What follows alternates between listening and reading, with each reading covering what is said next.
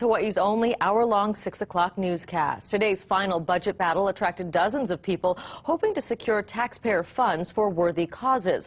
But Mayor Kirk Caldwell says some members of the City Council are not following a vetting process approved by voters. KITV4's Andrew Pereira has our top story at 6. One by one, representatives and beneficiaries from nonprofit groups told council members about the need for additional money.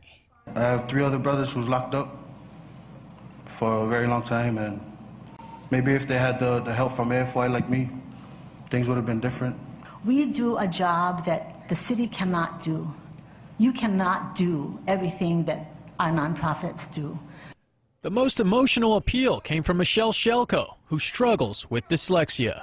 I've been treated differently, and teachers at my school don't understand what I have.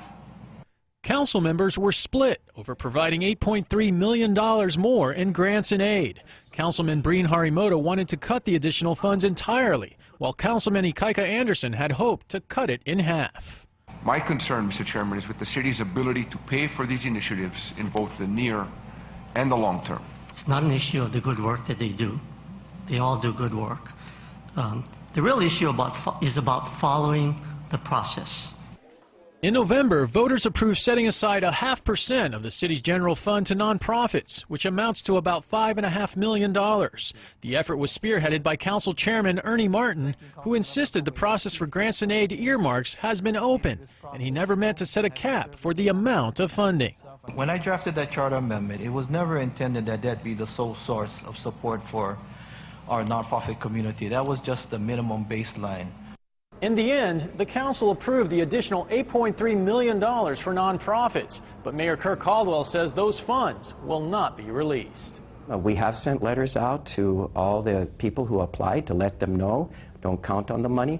But more importantly, we also sent a letter out that said, please apply through the grants and aid process.